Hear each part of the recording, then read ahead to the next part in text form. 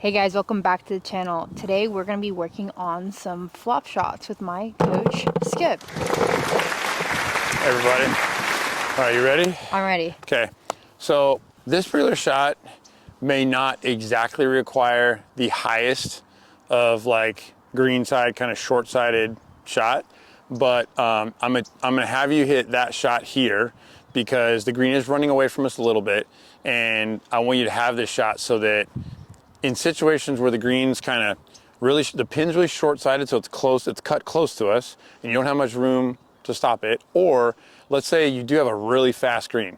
Again, you and I have talked a lot about going and playing in bigger tournaments, and what you're gonna see there are green complexes that are firmer and faster. So even a shot like this where you've got, 30 plus feet of green, it may be so fast that you've got to hit the high shot here.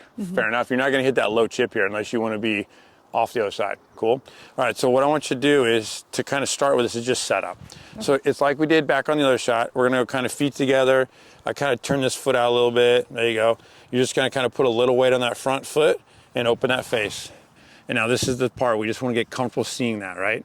Okay, good. And the handle doesn't lean too far forward, just a little right there. Good. Now, what I want you to do is same thing. You can just kind of let it, if you want on this one, you can probably not be very hingy, right? You don't have to have a ton of this. You can kind of be a little bit more of a wider arc, and that's going to require you to turn the chest, and make sure you turn. Don't stop with the ball, okay? Let's see a couple of those first. We'll start with that one. Open the face a little bit more. Good. Okay, now just a little wide arc, turn and turn, not a lot of hinge. Good. Good. Okay. Let's see where that rolls to.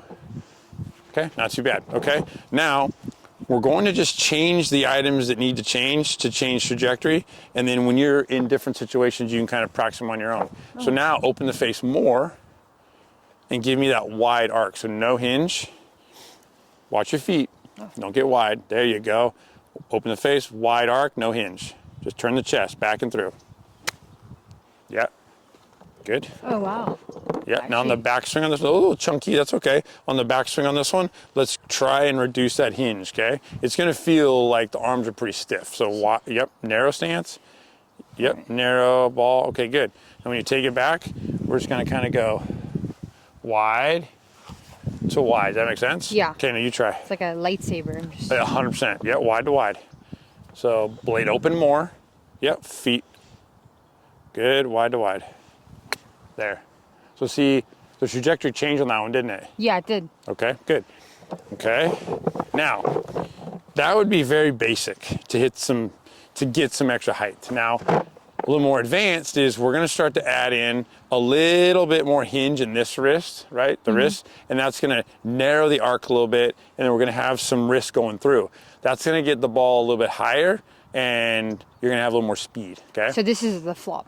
This would be a little bit more of a traditional. When people say like a flop shot, this would be kind of headed in that direction. Got you. For me, I hate like using the flop like term because for years that was always seen as like this big swing and like this big kind of chunky move and the ball kind of just like flops out of here.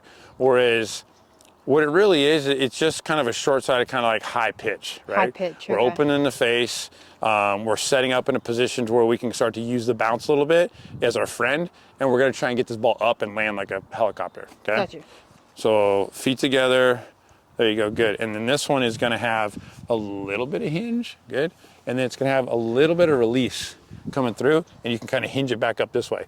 This is the tricky one, okay? Got you. Open it more, good. Let's practice it once on the grass. Yes, good Cool. idea. Yeah, take it back, give it a little bit of hinge. Good. Now go through and let it unhinge up on the other side. There you go. Just relax. Let it hinge up like that. Good. Yep. Little hinge, little unhinge. Oh, yeah. That felt good. Feel the speed? Yeah. Okay. We don't need quite that much speed Okay, on this so one. less. Yep. A little bit of hinge, a little bit of unhinge. Okay, let's hit it. We'll just kind of see where it goes. We'll go from there. Ball forward. Good. Little hinge, little unhinge. It's going to feel kind of scoopy. Oh, yeah. See that one? Yeah. So I could almost... Did I just not hit that clean? That was perfect. Oh, that's perfect? Okay. Yeah. Why did it not feel clean to you? Because I'm always curious. I love to hear. Well, From- A, because it went short and I felt like I had a decent amount of speed, and Yep. B, because I saw this, but this could have been from another shot prior. Yep. So that one was beautiful. The club on these is going to probably contact a little bit of ground first. Okay.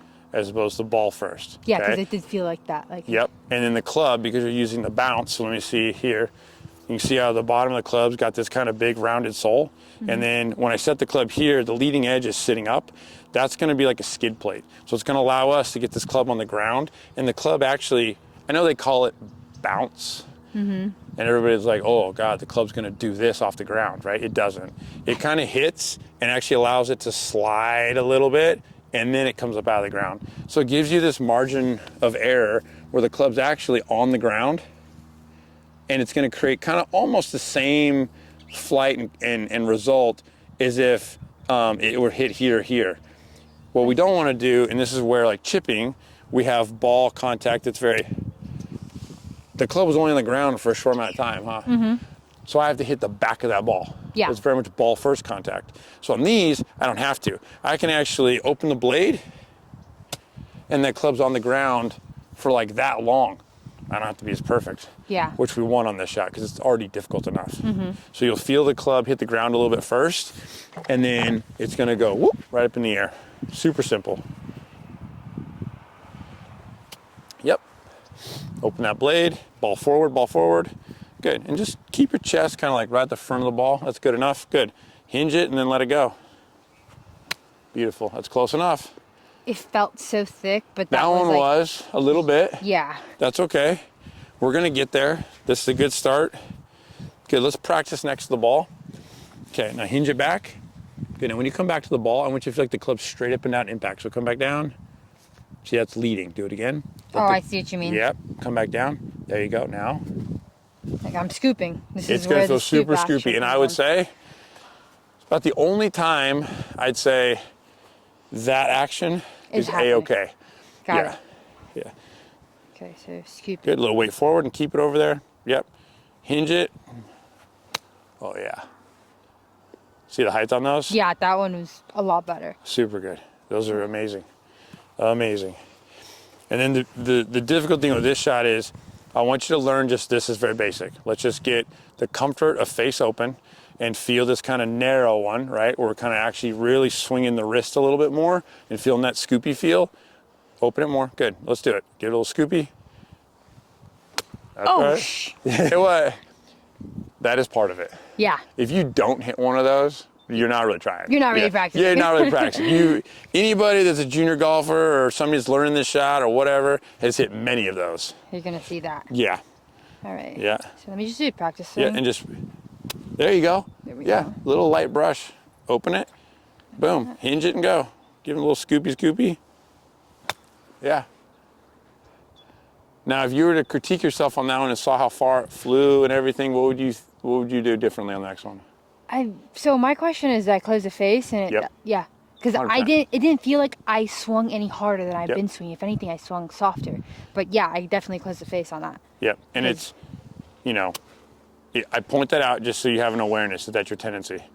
Because you are not comfortable yet with this, being kind of flayed open like that you're like, and the next thing you know, you start hitting some decent ones that are going long, and it's like, oh, I need to swing softer. And then everybody starts to go down the path of just like, trying to hit it shorter, and it's not it. It just get that face back open.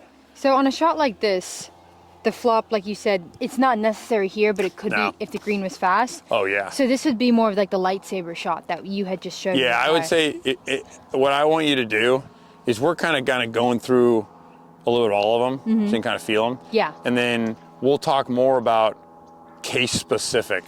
Yeah. And then what happens is Management. you start to see the shot and know right away, that's the paintbrush I need. You know what I That's the mean? brush. You start to have all these tools in your toolbox, you'll know that's the one. I don't need the high one. I don't need the 7-iron bump and run. I need the, lob wedge, middle of my stance, shaft forward, wide to wide kind of shot, Yeah. right? That Yeah. makes complete Yeah. sense. Let's see. Let me just do a practice swing again. Boom. Yep. Open Ball face. forward, chest to the front of the ball. Cool. Let it get scoopy. It's okay. Yeah, that's beautiful. Really good. I just didn't have enough speed there, but that Yeah. was Contact was great. good. Yeah. And then when you practice on your own, I want you to start with setup, comfort of being open, and then just get comfortable, just kind of hinge and hinge.